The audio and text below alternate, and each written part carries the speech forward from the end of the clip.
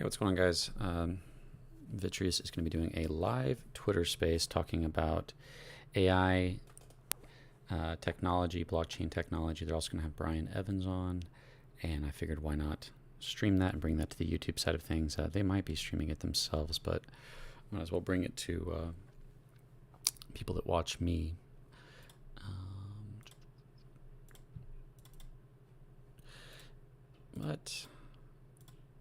So if you want to, you can hang out on the YouTube side of things, or you can join just the Twitter and be able to be a part of it. It's happening in 13 minutes.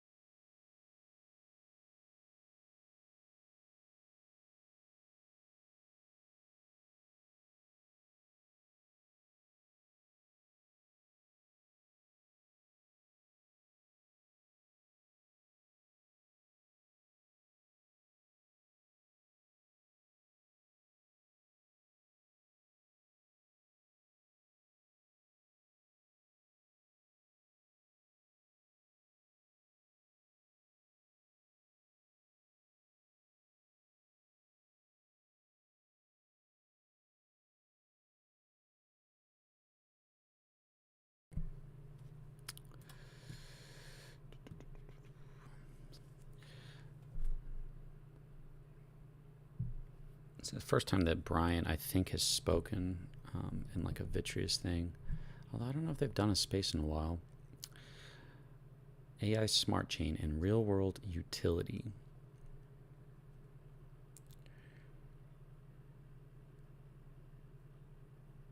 Definitely exciting to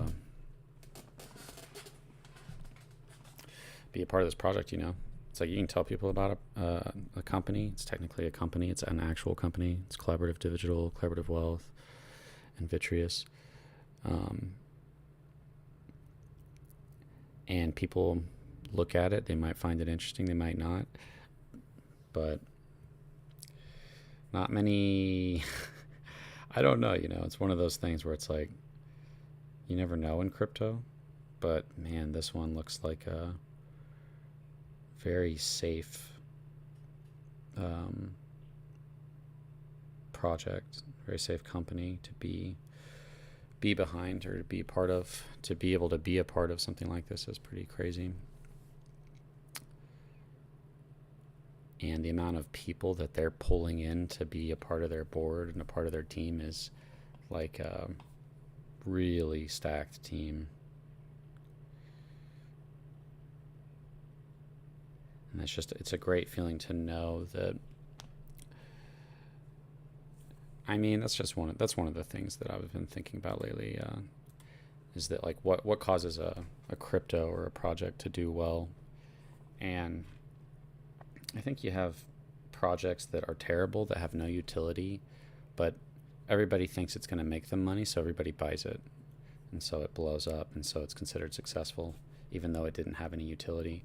And then you have tons of projects that are trying to have real utility, but just having a real utility doesn't mean your project's going to be successful. You have to convince a bunch of people to want to buy or to want to participate, you know, to invest or whatever in your project. And so there's some kind of like magic ingredient that you need, whether you have a meme coin or whether you have a utility thing.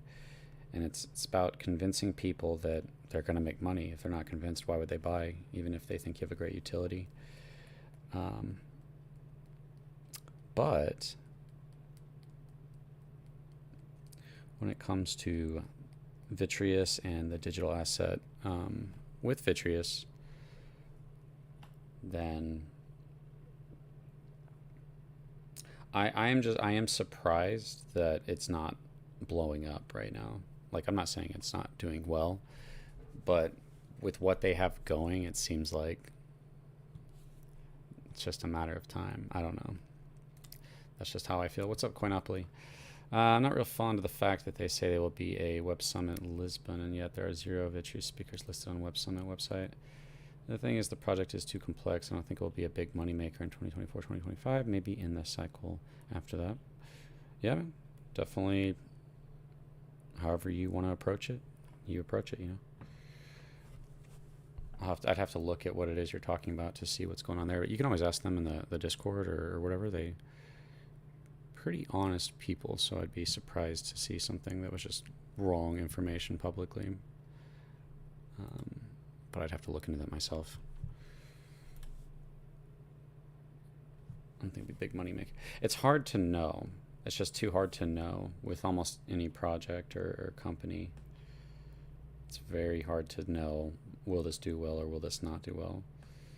Like statistically speaking, most projects don't do well, so you can always try to incorporate that, and then you try to incorporate all the other factors that you can into it. Can you turn up the volume a touch? My volume? Hello. I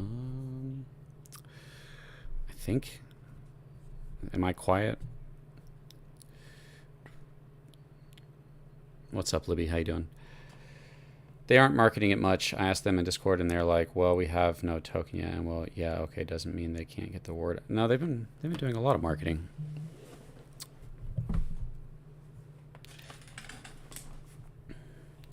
I mean, I think they have. I'm not sure what type of marketing you're talking about. I could try to speak louder, but it shows my audio as being good.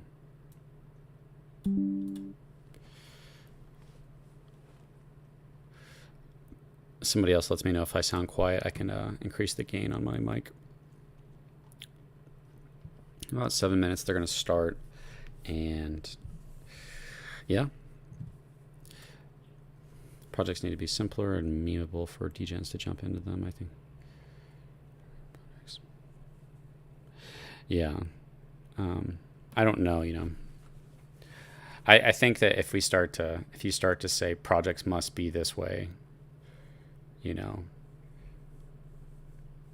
well, projects can be all different kinds of things and still succeed. You are welcome. I don't know if I did much, but you're welcome, Livy. Or YouTube, and you'll find very, very few hits for Vitreus. Oh, that doesn't mean anything.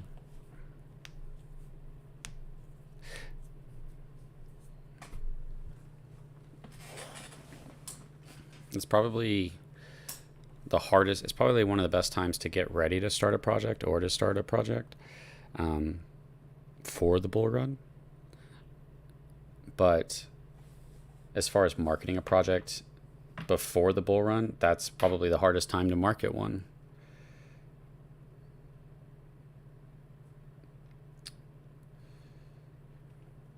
I don't know. Everyone's welcome to have their own thoughts and opinions. That's one thing I notice in crypto is like everybody talks, and I'm not saying this about you, but this is just what is in the space. Everyone talks like an expert, like they know. They'll say Bitcoin's never going back up again. They'll say Bitcoin bull run's coming. Like you can find an opinion for everything, and everyone thinks they know everything. And all you can really do is just listen to other people's ideas and then go, that's interesting, and just stick with what you believe, you know? Personally, I'm waiting for them to get a token and onto an exchange. Then after the price dumps, they usually do, then I might buy the dip. Yeah, I mean, that's the most likely scenario. I would agree, but it's possible. Very unlikely. Well, actually, I'm not supposed to talk about that. But if you look at the rest of the crypto market and you look at projects launching, yes, most of them are not. They might go up a little bit and then they dump. Does that mean that it's guaranteed to happen for every project? No. But definitely play it how you want to play it. You know what I mean? I never try to convince people to do one thing or the other. It's a risk either way. Doing nothing is a risk. Not buying Bitcoin is a risk. You know what I mean? Because you might miss out on a good project. You're risking every by rejecting or buying anything. It's always a risk that the opposite's going to happen of what you do. And so just make your own decisions and do the best you can, you know. That's all we can do. Obviously, you can try to use there's so much manipulation going on too behind the scenes. So many like projects that are hooking themselves up, giving themselves back doors. You got people sniping. You got people just giving tons of people tokens that are going to dump. It's like, well, how do you expect projects to survive, and how do you expect crypto to grow if everyone is constantly getting screwed over by new projects? Then how are they going to have faith in projects that come out unless you provide a platform or something where projects can be trusted a little more? But even if you remove all the sniping and the dumping and the whale dumping and the insiders and all that stuff and the hacks, even if you remove all that stuff, whales are going to dump. You buy something and it goes up a lot, you're going to sell. So there's just a natural pattern to it all, Yeah, the thing that's funny is that hedge fund managers are supposed to beat the market and rarely succeed, and that's traditional finance. Yeah. What's up, Scott B? How's it going, man? Based on the utility, it is an outstanding long-term play. I like that it is actually backed by real-world utility that businesses need, regardless if it is a bull or bear market. Yeah, for sure. I mean, it's I can't talk about price. I have to keep reminding myself because that's the number one thing I like talking about. Don't talk about praise. Every project I've ever looked at has price go down after a listing because early investors sell. Never not seen that yet. Yeah, I mean, I don't know if you guys were in on Evergrow, but that one didn't dump. That one just like a little bit of up and down action and like some small dumps that felt like a dump, but then ended up looking like nothing. And then just a massive pump in Evergrow. So that's why I'm like, there's a risk that you might take small profits or get out early on the projects that end up mooning, right? And you have to decide based on the project and what they have to offer, whether that's has potential or not, right? I think most projects don't have that potential, but the ones you think do, you got your long-term play and whatever, Vitreus does have a affiliate marketing thing, so and I'm going to quit talking once they start talking. They have affiliate marketing, and they also have the VIP thing. So like if you take what you have and you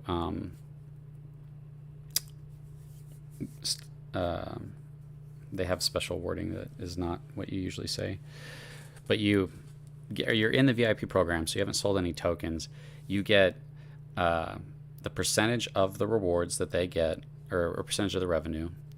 3% of all their revenue is going to go to everyone who's staking by participating in the VIP program. But also, if you are within the pre-sale, I believe, and you never sell and you stake those, then you also, on top of that, get like 2% USDC. So that's something that if they do well in a couple of years, I'm not saying do this. Do whatever you want to do with your stuff. I don't care, right? Do whatever you want to do. It's just something to think about for people. Some people just come into projects for long-term plays. They're not looking for trying to like dump their bags fast. They are looking for something they can just hold, and it'll eventually, hopefully, bring them in stuff. So Vitreus definitely has something like that. You should definitely at least research before you make any decisions about it. We got the whole crew. This is weird. This is so weird. We got Vitreus, we got Brian, Chad, Drew, Taylor, Tim, DeFi Stella, you got Frizz, Brenton, you got Gandalf, Vino, you got Vitreus Bot. They should do this more often. I don't know why they don't do this more often.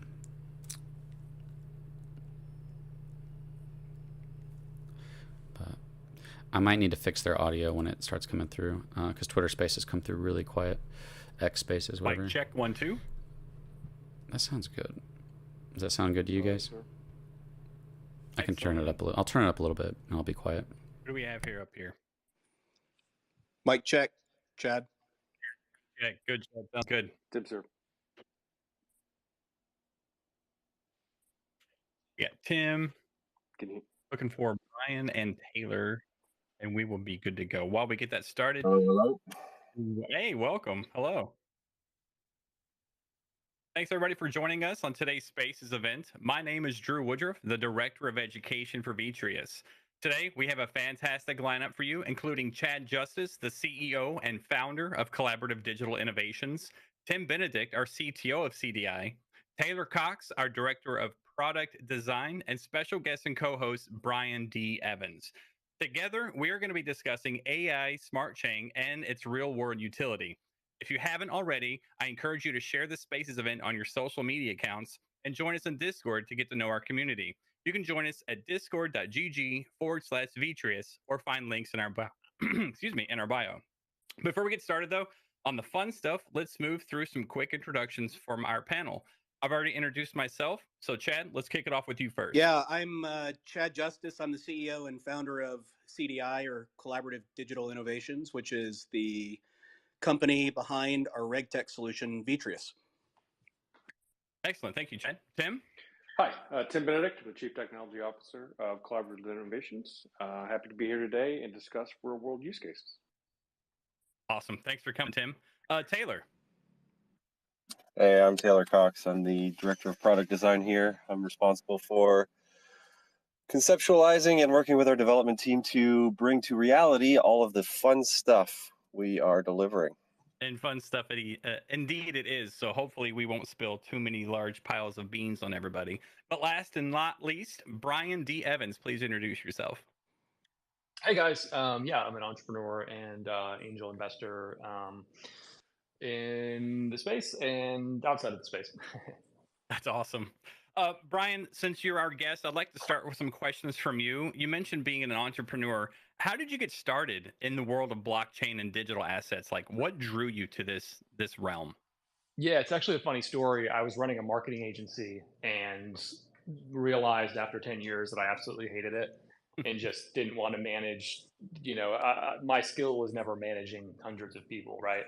And that's not what I set out to do. I enjoyed marketing. I enjoyed the psychology of marketing products and things. So exited the agency and then just started taking meetings. And one of the first meetings I had with a friend was somebody that, it was actually a funny story. We had lunch and scene out of a movie, basically, where the guy sits down and he's like, okay, take everything, sell everything you have, buy Ethereum. And I was like, what the heck is Ethereum? This is like 2014, right after the ICO. And I'm like, what the heck is Ethereum? And I'm like, I heard of Bitcoin, but what is Ethereum? It sounds like a virus or something. Yeah, from there, went home. I remember texting like 3 or 4 times, like, spell that again. Can't figure out how to spell it. And then found it on one exchange. I think it was on Kraken at the time, I want to say. And bought a bunch of it. Obviously, that did really well. It was like $2 or $3 at the time. So that historically was one of my best crypto investments. But got hooked on the space. I was writing for sites like Forbes and Inc. magazine and others, and was looking for business content to write about, and used that as I started realizing the real use case behind Ethereum was not just people, as we think of it sometimes today, it's like, oh, people are just buying meme coins and stuff, but there's really these awesome use cases that went into video games, and just the way that smart contracts were reminded me so much of like video game worlds where they had these worlds framed around a set of rules, and I realized, wow, so much could be built on this. Yeah, and just got hooked on this space ever since, and have certain categories like Web3 gaming that I'm really bullish about, amongst other things. That's really interesting. As you were talking, I'm reminded of a lot of parallels about how Chad had got started in this realm as well, and even Taylor had some video game experience. So before we dig too deep, Chad, you had some sort of the same path, right, on how you stumbled into the blockchain technology, Yeah. right? You want to tell us about how that Yeah, happened? absolutely. I wasn't in marketing by all means, but I've been in wealth management for 17 years now. So finance is certainly something I know pretty well, but traditional finance is what I know. I didn't necessarily have a strong background in digital finance, but what I did know was the blockchain technology as a whole was going to be incredibly valuable. It was only being applied at the time in the form of tracking transactions, serving as a ledger for cryptocurrency type functions, but I saw it as a platform and technology that could be utilized in a lot of different other areas of the world. It was the first technology we evaluated for improving the compliance related functions within my wealth management firm.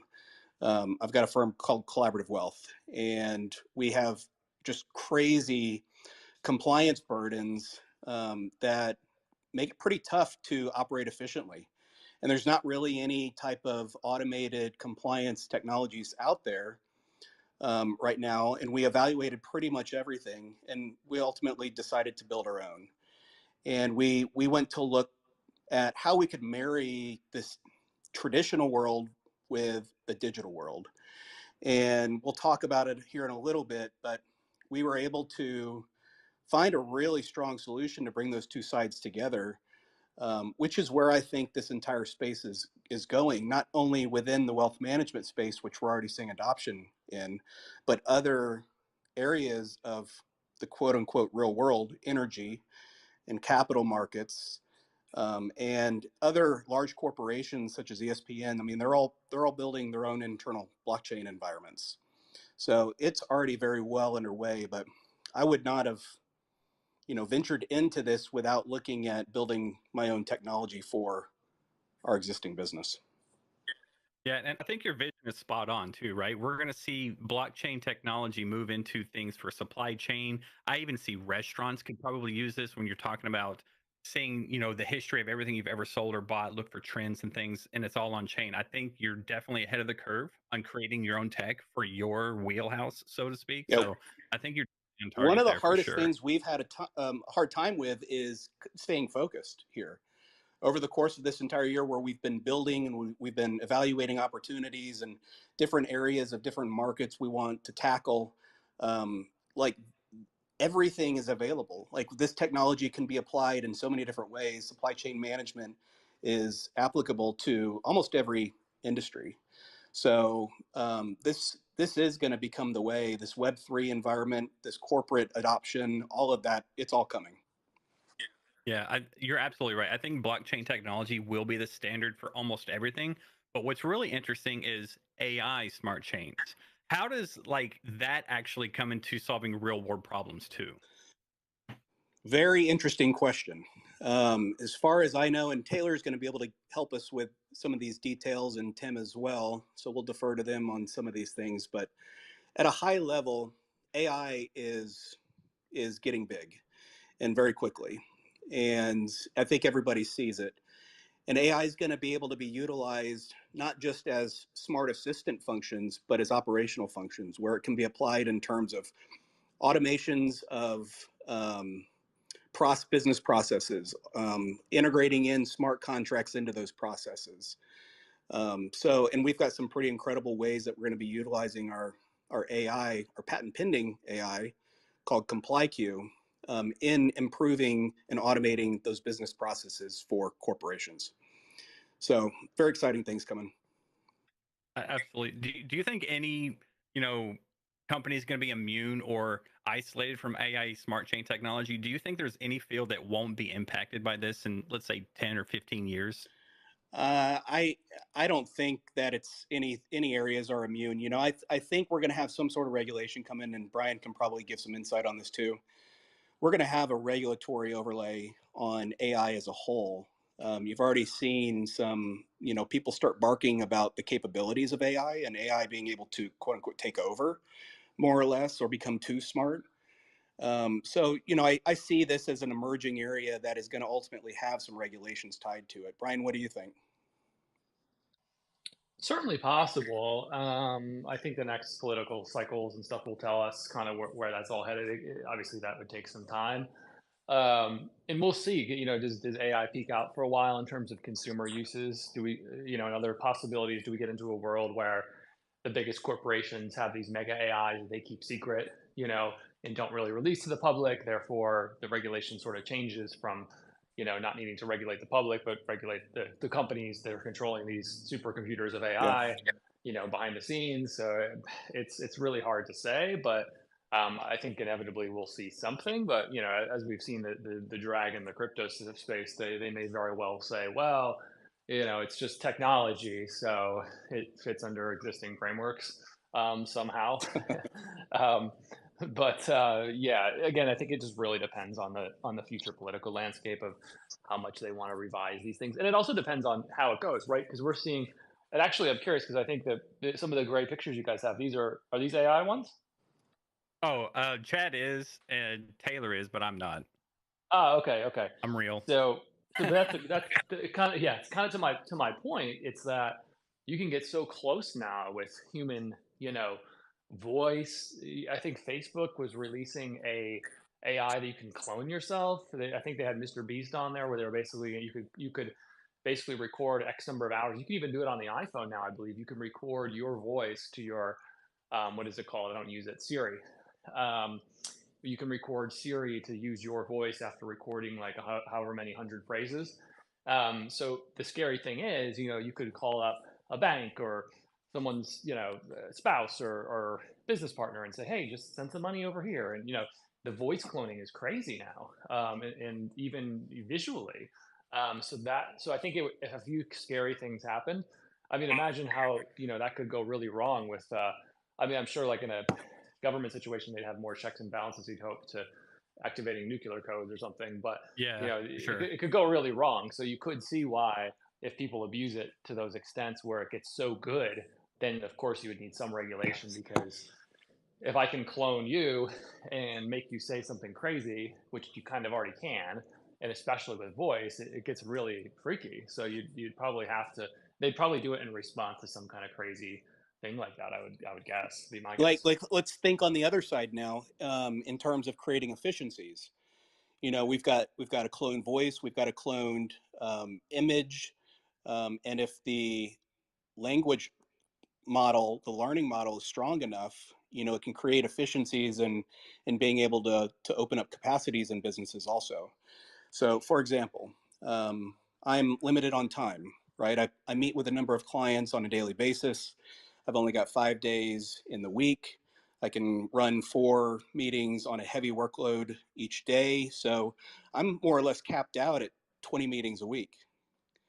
If I've got an AI platform that can regenerate same audio, same look, same feel, it's virtually Chad sitting there with the client.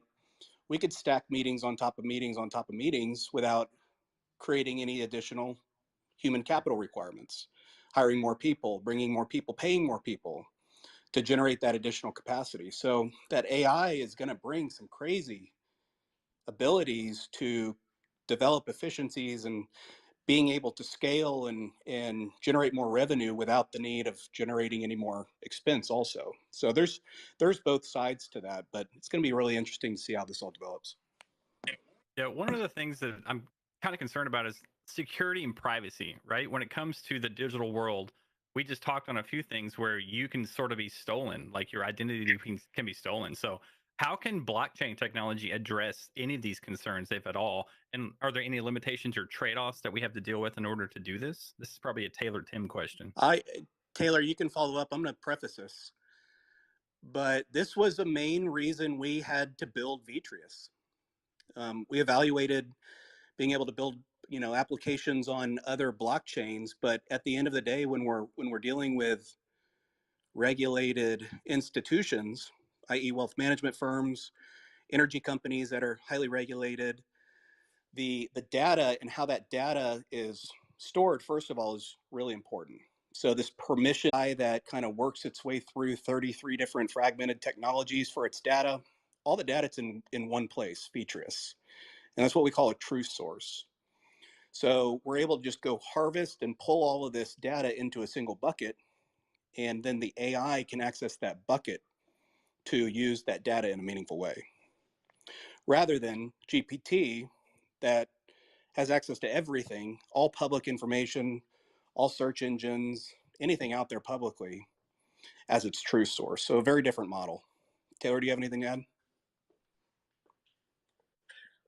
I think the blockchain part of it allows us to leverage non-fungible tokens, soul-bound tokens in a way that will allow us to maintain verifiable identity or humanhood in some capacity, to cross-reference what AI is doing, in terms of, did I talk to an AI or did I talk to Taylor VTRS.eth today, right? So you could do a lot with the source of AI through digital-based identities that are bound to a blockchain. I think that could be some very interesting elements there.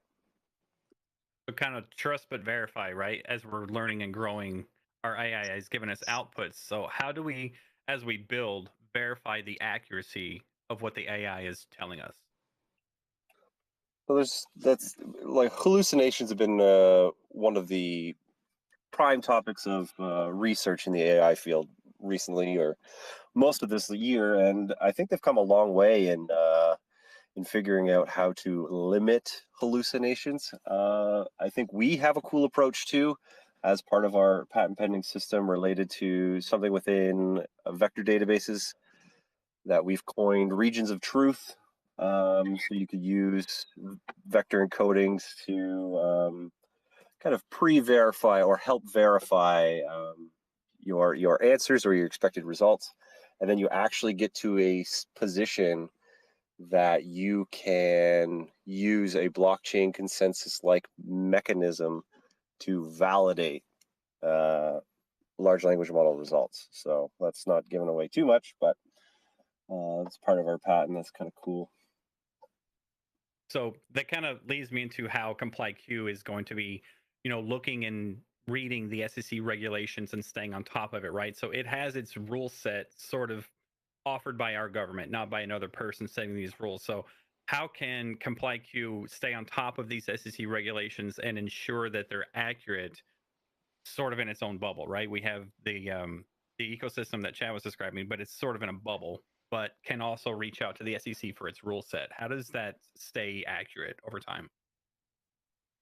So in the SEC example specifically, right, we have the government APIs that allow us to pull right into their publications.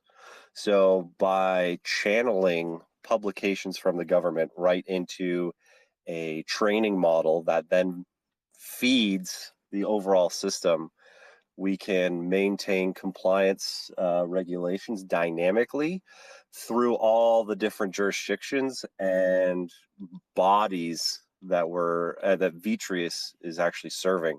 So while the regulations for the SEC cover RIAs in a specific way, they're applied to different elements of BFSI a little differently. Then we get into FINRA, and then we get into all the other regulated bodies that is under the umbrella of the government. So as we're plugging in these pipelines, right, we create a secure Oracle system that is dedicated to generating and securing knowledge for this AI system that is specific to what we want, not just general internet jargon.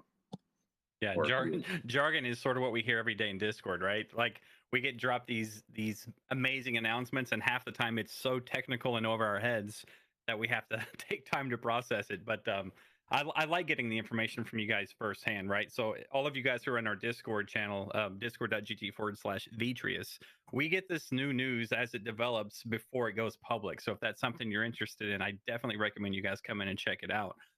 Brian, when we're talking about how AI Smartchain is a real world utility, outside of what we're talking about today, have you seen anything else in this space that is using Smartchain or even AI Smartchain technology to solve real world problems? No, not really, to be honest. That's kind of what caught my eye about this, on top of other things, with the nodes and everything. So I've always kind of wondered in the back of my mind when I saw ChatGPT kind of taking off and AI, really having this mainstream use case of, okay, well, what if you combine sort of, or use together in a way, let's say, blockchains and AI. Blockchain keeps the AI kind of in check in a way, and can keep it, keep an eye on it. And yeah, it's just a really good it just feels like a really good really obvious, good, not, I mean, obvious now in hindsight, but good combination that someone was going to do sooner or later. So it's good to see you guys doing it. So yeah, it's like the perfect storm and amalgamation of all these ideas and technologies that really weren't thought of to be together, But when you start scraping them into the same sandbox and you meld it, it's like, this is a great Well, tool. When you put it all together, it's amazing. yeah, and it's analogous to me of Web3 gaming with games that I feel like there's just such a great use case there, you know, with players of games that have wanted to own their own assets and, you know, have games exist if a publisher stops working on the game. So this was very, yeah, that was very analogous for me of this as well, where this just makes a lot of sense. Yeah. So when you're talking about Web3 and gaming, you're taking like maybe the character that a person plays with and they own it, so that anything that happens with that character, they're responsible for. Like they own it. Nobody else can have that single thing. Is that Yeah, sort of what you're talking about? that's part of it. But you know, quick history lesson. You know, games started as closed loop games, right? So you played Mario Brothers or Mortal Kombat, and eventually it was game over. You die. Okay, you're done. You're gonna go get dinner or popcorn. Then they said, wait a second, why don't we just make the games go on forever? You know, you ended up basically with, you know, fast forwarding a little bit, games like Candy Crush with you could just keep playing infinite levels. And they said, oh, let's go even further and let's make, you know, games where you can run around and shoot each other and collect items and buy skins and play together across the world. And what happened was people have started investing so much time into these games. It's very different than playing Mario Brothers or Mortal Kombat, even though we may have played those for a while too. The online games, you put so much more time in it. So this player agency, this investment of time, people then said the next logical step was, well, we've got these games we put so much time into, you know, instead of just spending all this money. I mean, basically skins were the original NFT, right? So people are investing all this money. They want to own some of that. They want to own the skin or the item they just purchased in the game, right? Because people are still spending thousands and thousands of dollars on Web2 games. And the next problem that exists for games currently is that sometimes they stop being supported, even though they might have hundreds of thousands of player bases. So in a Web3 world, you can, just like a node can kind of operate something, you could do the same with a game, and it could run on forever with players that are supporting it. And if you think about Ethereum, for instance, Vitalik, you know, his analogy was always that he was a gamer. They nerfed his character. He got pissed and then created Ethereum. And if you look at some of That's such a great example. I don't mean to laugh. if you look at some of the features in Ethereum, a lot of it has come from gaming. There's literally, you know, soul-bound tokens. The smart contracts themselves are framed like worlds, game worlds. You know how they have economies, they have tokens, gold. They have these items like the NFTs. So there's all these similarities with it. So it's a really good kind of use case. It's just, you know, obviously with NFTs, you know, the media took a big hit on them for a while, but players want this. You're not going to come across a player. The misdirection there was kind of, you know, oh, gamers don't want Web3. They don't want to make any money. They don't want NFTs. I don't know any gamer that's sitting there going, yeah, I want to spend thousands of dollars and make Blizzard richer. That doesn't happen. No one says I'll buy their stock instead. Yeah, exactly. So of course people want to own things. So yeah. I think you hit on a good point. Gaming in general is an excellent Web3 idea, but I think gamification of any product is also an excellent driver for success, right? So when we're thinking about maybe our V app, for instance, we're going to use it to work on your node and see how much transactions you have going through forward and backwards. But what we want to do is maybe pull people in to use the app every day. Something that keeps them coming back over and over, a gamification, if you will. I'm not saying it's a game, but there's this idea of, oh, I need to go check on this thing I was working on and see what's new and see what else I can do with it. Does that make sense? Does that resonate with like how Web3 is going to be in the future? It's all going to be gamified. Yeah, I think so. I think that's where we're headed. I think there's a big you know, there's gamification on social media. There's so many ways gamification is used, and I think Web3 kind of brings additional tools to amplify gamification even more to the nth degree. And I think touching on that. Oh, sorry. Go ahead, Taylor. I was going to say the concept of the internet of value, or the value of everything, is really enabled by blockchain. So everything you end up doing on your day-to-day life, your interactions, your transactions, everything could be enabled for value, because everything you do does have value in some way to somebody for some reason.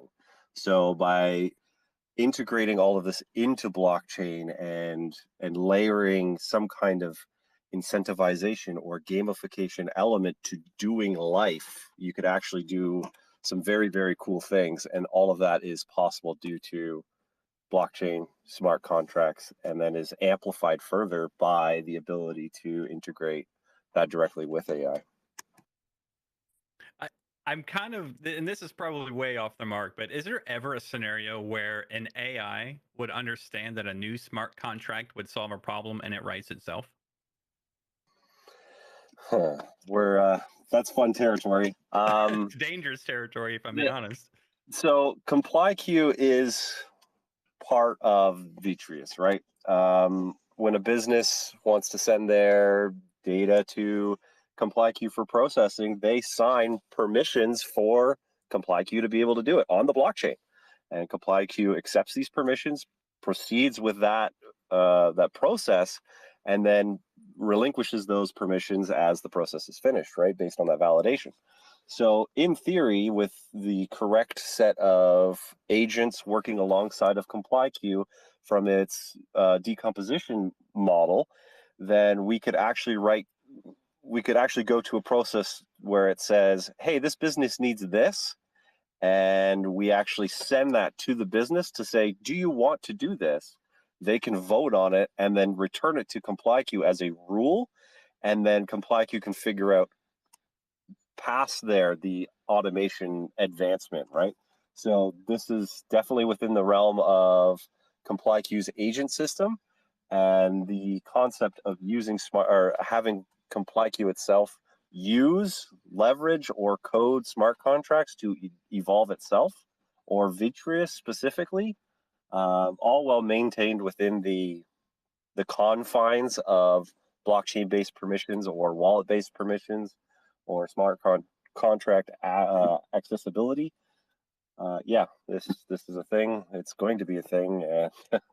If I can apply that to like a real world application, and this is what one of our specific applications from a compliance standpoint is going to look like for collaborative wealth adoption of ComplyQ. So we're heavily virtual.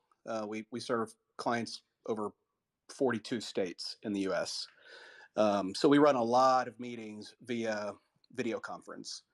And so what we're going to be able to do is record those video conferences and then turn them over to ComplyQ. ComplyQ will listen to them, study them, take full meeting notes, and document everything that was discussed in that meeting. It's going to look for tones and voice, look for fear in the client's voice or excitement or optimism, and it'll make those types of notes, and it'll compare the level of optimism or pessimism in the client's voice to their particular risk tolerances to see if we're taking too much risk or not enough risk. And it will go then initiate a smart contract to go store the documents in the right place on the blockchain, and then do a follow-up letter of all of the summarized information from that meeting out to the client, either through email or through a letter generation. And then go document all the to-dos, the tasks associated with a meeting that we came away from the meeting with, and divvy those out to the client service associates within the firm to get all the tasks completed following a meeting. And ComplyQ is running all of this in a minute type of thing. So it's going to be heavily smart contract based, where ComplyQ kind of, as Taylor put it, walks it through various processes and looks for the next piece of the process. But really cool different applications. All that's compliance based too, right? We have to store documents a certain way. We have to take adequate notes for the client meetings. We have to do these things very, very particularly to make sure that we adhere to the compliance standards of the SEC.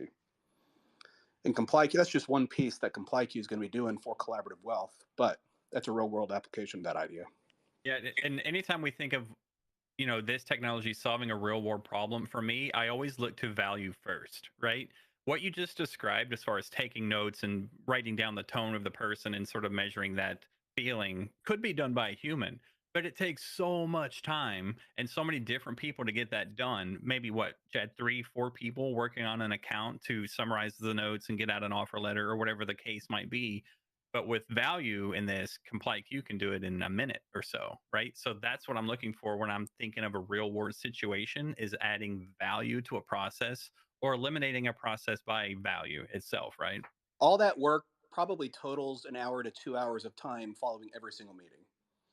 So if you stack that up over the previous example of 20 meetings a week, which is probably the high end of capacity for a single advisor, then they can run with less people, they can run with more capacity, they have to spend less time on each client, and it just enables them to scale up or reduce cost also. Yep. So there's one thing that kind of hits me. If I'm working for CW and I'm taking notes, and maybe I'm a little biased toward the customer, and I'm writing down, yeah, they were upset about this or they didn't like this.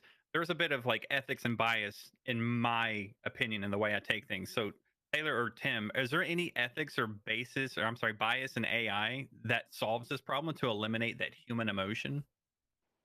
Absolutely. It's the whole point of having an objective technology like artificial intelligence. Uh, I think I want to confirm here that AI is not a technology. AI is one of the few apex technologies that we will see in our lifetime. I liken an apex technology to, a car or the internet, or just the other aspects. And I'm not even talking about technologies like a smartphone that invented how we interact. That's not what we consider an apex technology. An apex technology is something that will change the dynamic of how everything works. And it's going to have a profound effect on knowledge workers, like Chad is talking about. These are highly skilled people that are, doing these very, intensive expertise around wealth management and advisory services. So as far as, a bias goes, it's going to be as relevant as its use case. And there's going to be a lot of poorly designed models. There's going to be a lot of models that are designed by bad actors, and there'll be models that will be over regulated and will become unuseful. But what I like about blockchain and what I like about AI and where they are as technologies is, when you look at society, it usually takes about 30 years for a society to fully adopt a technology. So if you look at the late 1800s, radio comes around by the early 1920s. Radio's a prime topic. By then, TV was kind of being messed around by the 1950s. TVs are everywhere, right? In the early 80s, TCP was invented, which is the backbone of the internet. By the time Windows 95 comes out, the internet is everywhere. Well, look at the timeline for blockchain, 2007, 2008 time period, and now we're seeing the massive exploration of real-world valuation, not just in digital assets, but wanting to represent things holistically and digitally, like Brian talked about in gaming, taking away the value of these centralized entities and being able to put that in the hands of a user, let alone coupling that with artificial intelligence, which has already had a profound effect, but we're just starting to see what will happen with it. So yes, it's very exciting to see both of these technologies come about in a real world value and have the ability to be consumerized equally. It's great. Good examples there with the way a technology can change the world, right? So electricity comes to mind. You mentioned the car, which is dead on, but the cell phone, like you said, is like an evolution of these apex technologies. So I think you're right. AI and how we're using blockchain technology is that new thing, and I'm really excited to see how it evolves into like a spinoff, like the cell phone was a spinoff of the phone in mobile technology. But you're right. We are down this path to where every business, even the business, you can Google any business right now, and I guarantee they're already looking at or adopting or using AI technology. Well, the critical part of this, it's just the new but the thing. critical part of this, Drew, is when you look at how Brent and Chad founded this, right? It's very similar to what you would have saw Apple do with the smartphone, where they wanted this to be used holistically, right? It changed fundamentally the way smartphones were used. Most smartphones ahead of the iPhone were pretty much garbage, right? They had a singular purpose. You could do some productivity. They're largely geared towards corporate structures. But another aspect here that makes this very valuable is how we are building this. We're not coupling this onto a large traditional infrastructure or taking this into a centralized cloud. We have also taken great consideration and taken a step back in how this would be deployed so that it can be consumed in such a way. So even the way we're deploying this is unique. So much so Taylor can attest to this. Taylor, how many times have we had to reevaluate the infrastructure? About 200 times to make sure it can do one or two things, right? But every aspect of this real world relevancy has come from the innovations that came prior, but it's now being adopted or evaluated prime time, which is phenomenal. It's a phenomenal place for us. Yeah, to we've be.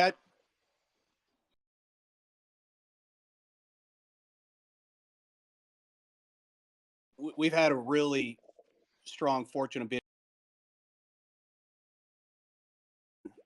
allowing us to understand what their vision is for a particular industry and what their insights are for their particular needs and challenges of that organization. So, for example, we've got Brian Harrell, who is one of the directors on Collaborative Digital's board of directors. He's a chief information security officer for a top 12 energy company. And so being able to work with him on a weekly basis and show him exactly what we're working on and getting feedback on whether we're on the right track and identifying certain problems has been amazing. Energy is one of the spaces that can benefit huge from these types of technologies being implemented. Energy companies, they struggle with handling various compliance areas like SIP 6. They've got increasing connectivity points, and they've got problems with protecting their smart grid assets. Their industry is evolving very rapidly. They're making this move over to renewable energy, and they're trying to digitize all of that. What that's doing is it's expanding the attack surface for bad actors. And that's driving a need for unified traceability and a really secure sharing of information, not to mention the operating procedures and record keeping and data privacy issues and all of that stuff. All of this fixes all of that. I think Tim mentioned a stat the other day. The average cost of a data breach globally is almost $4.5 million. That was this year. That's just for a data breach, Chad. That's if you get caught. That doesn't include the remediation and the compliance. That's just the average time to breach analytics if you get something compromised. That's a staggering number. Yeah, so just the same way we're solving compliance issues and how much of a burden it is within the traditional finance space, energy is experiencing all of these very similar issues and challenges as well. So we're going to bring the same value to the table and fix their personnel and software and processes, and that's going to fix their risks towards crazy severe penalties and regulatory violations. So some really good applications in the energy space as well. But our challenge has been we've got this Smartchain infrastructure, we've got this amazing AI network. How do we deliver all of that? And we kind of pulled all this together as a single command center called Vitreus One that'll be customized for these corporations, where they're going to be able to go in, and that's their platform, that's their command center that connects to all of their existing corporate infrastructure, their tech stack, as we call it. And that'll allow all of this data to flow bidirectionally between Vitreus and all of their other tech stack back and forth, which will holistically merge and process and store all of that data and information streams, basically anything relevant within a company.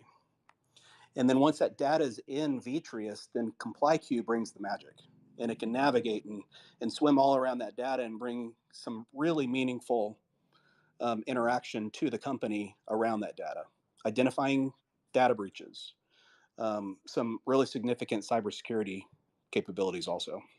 Yeah, data is king, right? And when AI has access to it, it can process and understand it faster than any human, for sure. And I think that's a strong value add that we have for our ecosystem.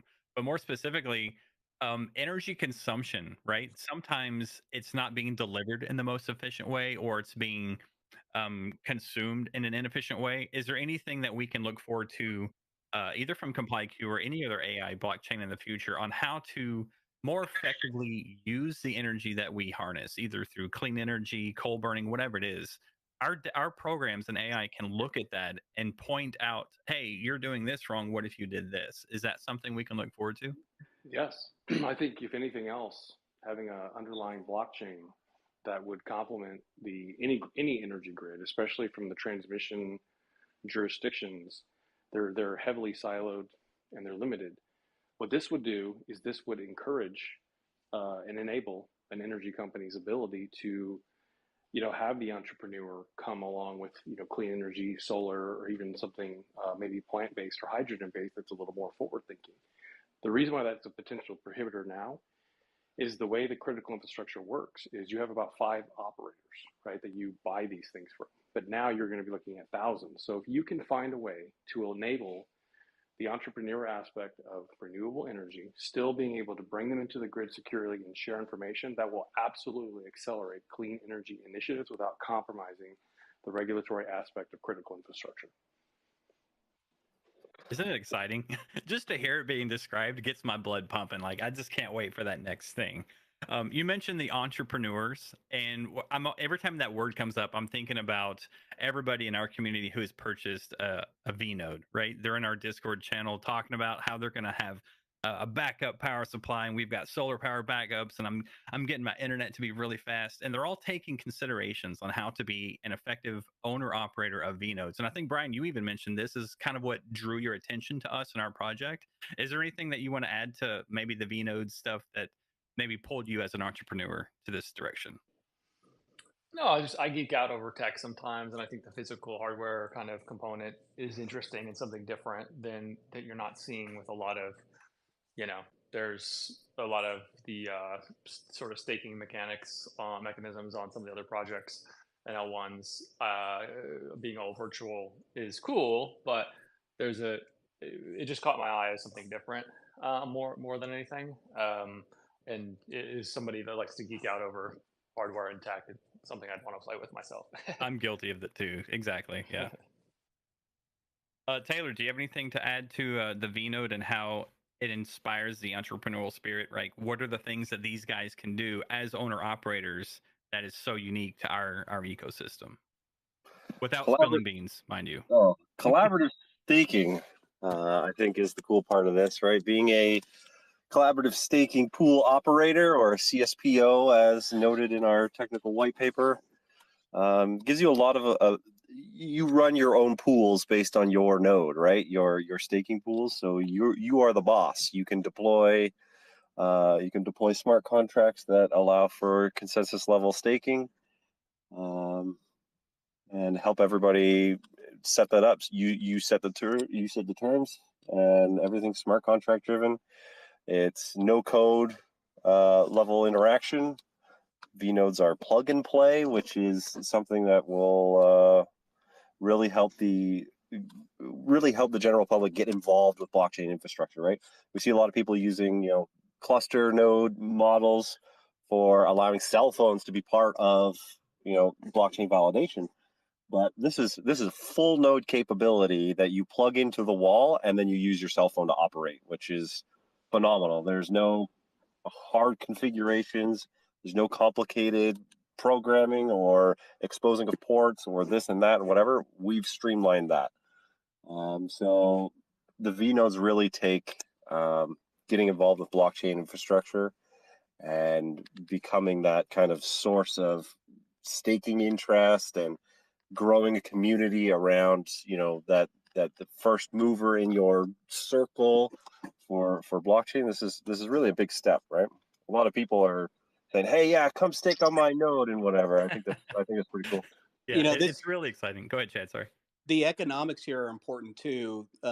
Most other projects to get involved from a validation side is very expensive. Ethereum is, but depending on whatever the price of Ethereum is, $40,000 to $60,000 required in Ethereum. Then you got to go purchase the node, and Avalanche is, similar, very expensive.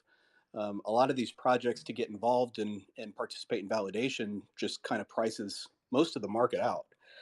And we wanted this to be as expansive as we could, and we needed to keep the consumer in mind for that. And we built and designed these vNodes and are having them manufactured and distributed around the world. And so if you're holding our digital token, you're eligible to go buy one of these vNodes. Right now they're $940 $9, I think, and you only need one of the digital tokens, VTRS, and you can participate and market this as a business to go obtain other stakers onto your node. And we're going to be able to build out a very distributed and decentralized environment around the entire world, which will help us tremendously as we even venture into other areas like AI distribution. And I think, real quick, Drew, Tim, real quick. Oh, go ahead. I want to point out something that Drew and that Chad and Taylor just mentioned. Getting the general population engaged in blockchain validation is really important. So Chad and I have been speaking to various federal government contracts. And one of the comments that we got from them was the fact that we are following a compliant-based aspect when our validators do what's called know your customer, which is a regulatory process of basically revealing your true identity so that we can assure that our validators we know who they are. That's just a diligence. But the federal government found that to be very interesting because that would accelerate their ability to use this in the federal government, which we assumed would have to be completely split off. But the fact that that was a huge enabler for us shows that not only are we going in the right direction, but having a general use populace using these validator nodes is not only innovative and entrepreneurial, is a huge differentiator for real world adoption, even in the very stringent world of federal government. I mean, Chad, you were in that conversation. Do you want to add anything to that?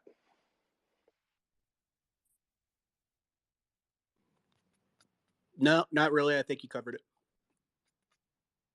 Is there anything that adds super value to the geographical distribution of our on-edge vnodes? Like, is there a value to saying, instead of, okay, they're all in Los Angeles, or they're all in the United States, or now they're just on every continent? Why does that matter? Like, what's the value in that? There's probably a Taylor Tim question. There's a lot of value in that. Building out a global infrastructure in any fashion is very complicated. It's very costly, and it takes a lot of time. This is a very strong indicator to the innovative nature of our blockchain, where we are in 17 countries, 20-something odd states in the United States from the get-go. And the reason why that's really important is it provides resilience. We're not prone to DDoS attacks, which is a kind of a way hackers look to take regions down or companies down by just flooding them with internet requests, or just natural disasters. And being able to provide that endpoint so that when other folks, like Taylor mentioned with collaborative staking, and they're near their node, it just helps us reach more people that are not necessarily going to be a validator. But in a normal IT fashion, building out an infrastructure in that many countries would take millions of dollars in probably a year to 2 years. And that's not an exaggeration. That's conservative. And we're able to do that in parallel while we build this out with how we've built this from the ground up, as Taylor and I mentioned in the beginning of the call. That's awesome. Chad, Tim, Taylor, do you guys have anything else to add about how this AI smart chain is solving real world problems outside of just what we're doing with Vitreus in our ecosystem? Outside of that, do you see how this is going to solve real world problems holistically? Yeah, I mean, we've got our third use case that we're focused on, and we're keeping it tight here on 3 particular use cases that we're going to be working on developing out over the next 12 to 18 months. Our first being our wealth management space and bringing compliance function and support to wealth management. Second being our energy that we discussed, and coming in and fixing some of those problems that we just talked about. The third being capital markets. And right now, one of the primary, I wouldn't say problems because we've grown pretty accustomed to it, but I would identify it as a problem, is settlement time. It used to be T3, 3 days, completely settle a traditional security and locate both ends of the transaction, both buyer and seller, and locate the securities. And the longer that takes, the more other back-end processes are pushed off, and it affects profitabilities and margins and whatnot economically. So the shorter you can get that, the quicker settlement you can get, the better for many different processes. And we're pushing for a T0 capability to be able to settle traditional assets. We've just brought in a new partner and created a subsidiary to develop out this capital markets product. And we're pretty excited about that. I just announced actually today within our Discord, so you can head over to Discord to see who that is. But a really critical player to come in and partner with us, who has very strong connections with some of the large traditional securities markets exchanges. And we're really excited about building out that and bringing that T2 currently settlement time down to T0 and expanding a lot of the economies within the capital markets area. That's exciting. Yeah, I would add. It's exciting. Drew, I was just going to say, Go ahead. we're seeing a lot of folks exploring a lot of different aspects. We're seeing folks exploring digital wallets, lots of articles around digital assets, wanting to automate cybersecurity. So this isn't things that Chad and I are speaking about. We've read the articles, we've talked to the folks, and I think the wave is just beginning. So I think we're pretty much ahead of that curve, which is very exciting. Very fair to say that everybody here is early as far as this technology speaking. We are the front runners of this. This is the Web3 standard. I like to tweet that every once in a while, that anytime Vitreus is doing something, I'm like, take notes. This is how you're supposed to do it. This is Web3's future. This is how you're supposed to do things. I couldn't agree more, though, Tim. We're definitely at the very early stages of this technology. Yeah, a couple government initiatives that we're pursuing on our side that we're not ready to talk on detail yet, but some pretty heavy government applications that are being evaluated currently. But overall, very, very exciting direction for where we've positioned collaborative digital. Yeah, I see government being a big piece of things that drive change. I don't think healthcare is out of the realm of possibility in the next 5 to 10 years, and moving healthcare to the blockchain. I think this is definitely the way forward. You know, just being decentralized and immutable, having everything there forever makes a lot of sense. You're also seeing tokenization, and this brings up an entirely new angle on the conversation, I would imagine. Tokenization of assets. Being this multi-trillion-dollar idea where we take traditional assets such as real estate or traditional securities, and we create a digital version of it that can be tracked and traced through a ledger system like blockchain.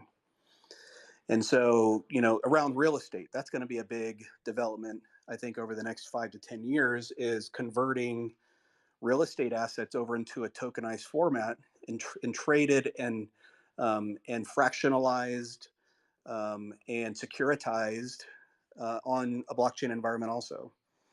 So that I think is, you know, probably towards the front end of the development of all of these real world applications, as we're calling them.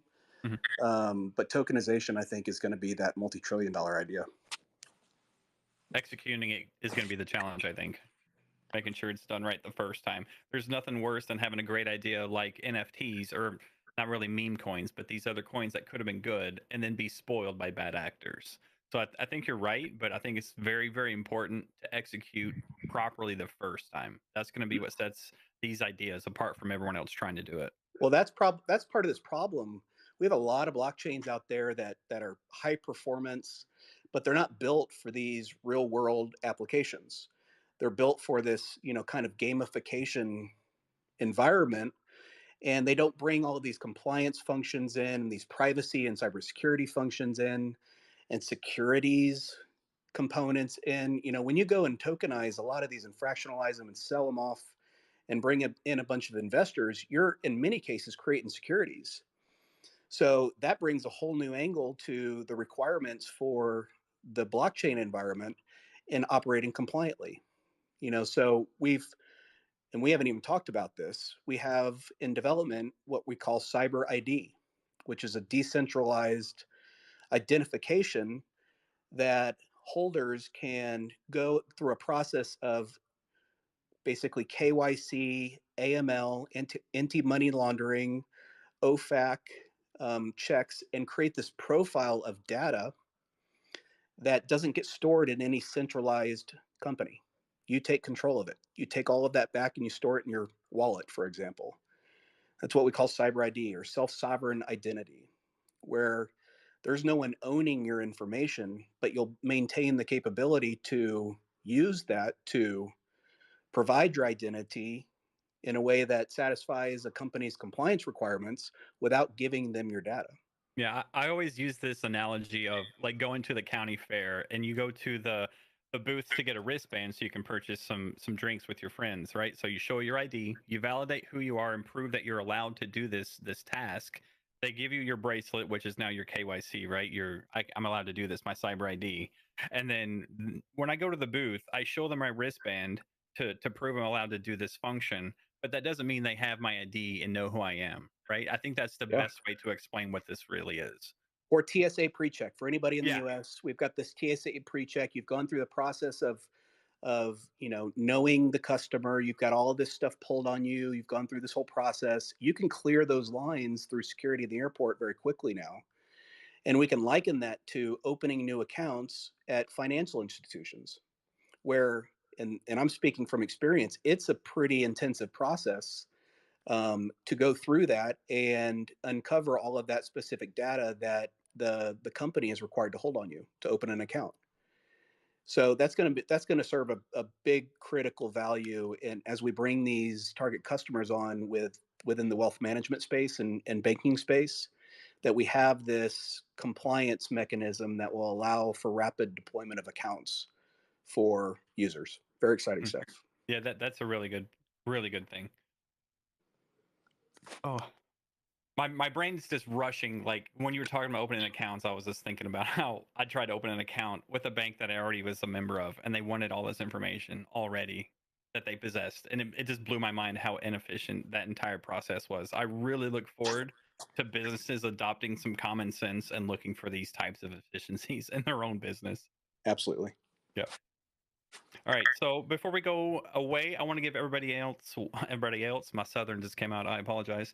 I'd like to give everyone else a chance to give final thoughts on today's topic. We'll start with Taylor.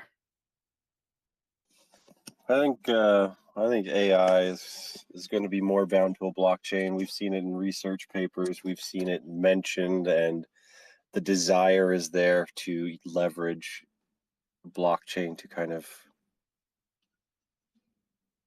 control or be this real source of truth for AI. So since we already got something going on there, it's going to be very interesting moving forward. Something as adaptable as ComplyQ and as powerful as Vitreus. Absolutely. I'm so excited. It's like a support pillar for everything in the future, right? AI is going to be there to help shore up a lot of ideas and new things in the future. It's an excellent building block and tool / resource.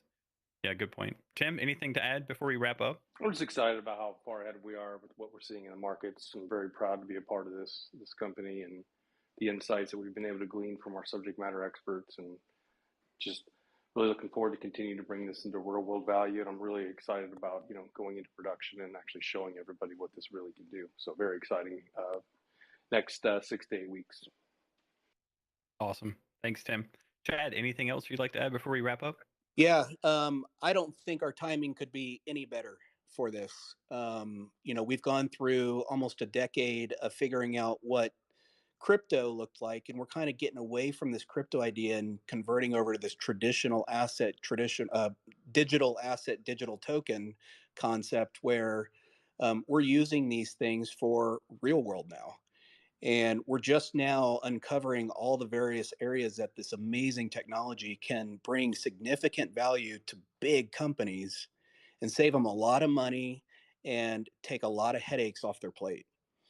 And so as we pursue our initiatives around these markets, that's what we're focused on, is transitioning this from this gamified world over into a real world application. And again, I don't think we could be any better from a timing around adoption, and I don't think we could be any better around timing of exiting this crazy long bear market also. So some really good things working in our favor, I think, from a timing standpoint, and I could not be more excited. Yeah, I definitely feel that we're in the right place at the right time. I couldn't agree more. Brian, do you have anything else? Brian just texted me. He had to jump off, so he's. Yeah. Oh, that's okay. I do want to thank everyone for coming today. I think we had an excellent conversation about AI blockchains and how it's solving the real world problems. I do encourage you all to click on each of the 4 people who spoke today and give them a follow on Twitter so you can see what they're doing in their individual endeavors. And I encourage you also to join us on Discord at discord.gg/Vitreus. Thank you for joining, everybody, and have a fantastic day.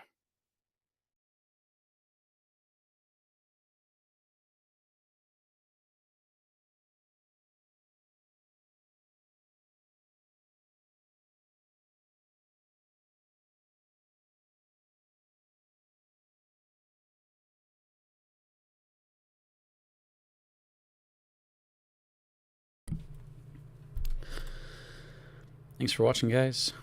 Isn't manual okay? I didn't think so. I was like, passive income isn't meant to be passive. Well, that isn't even the main issue. It might be your main concern, but that isn't how blockchain works. People had to manually process transactions. It wouldn't work or wouldn't work.